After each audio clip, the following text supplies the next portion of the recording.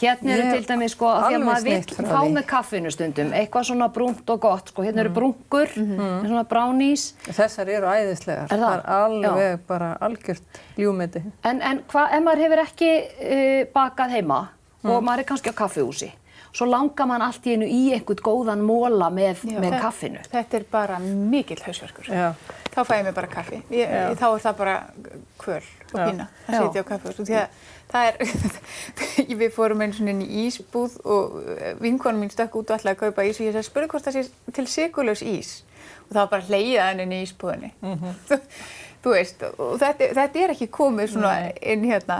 Og ég einmitt lenti í þessu þegar ég var að hætta þessu og ég hef mjög gaman að fara á kaffihús með vinkonum og vínum og svona og svo satt ég og horfði að þau borða. Þannig að ég fór að búa til svona kókoskúlur sem eru búin til úr döðlum, hnetum og kókosmjöli og kakó.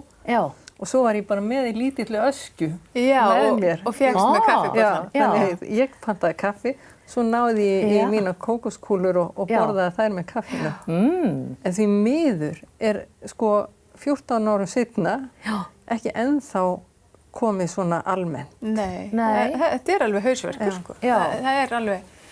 Og ég er þá bara í svörtu kaffi eða þú veist, fæ mér kannski góðan kaffi, latte eða eitthvað.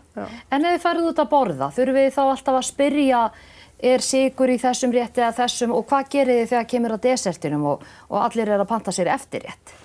Ég er ekkert svona heilög sko, en ég fæ mér þá bara ekki eftirrétt, af því ég veit að það er sykur í eftirréttinum sko. Já, hvað gerir reynsluboltinn? Ég spyr bara hvort það sé ekki hægt að fá ávexti og rjóma. Og yfirleitt er það hægt. Já, einmitt. Það fá bara ávexti og rjóma. Ég hef ekki áttað mig á því, ég hef ekki þorað því bara. Bara mjög gott. Gera kröfu. Já, það er einmitt. þannig líka sem þetta kannski breytist, ef að fleiri og fleiri fara að biðja um.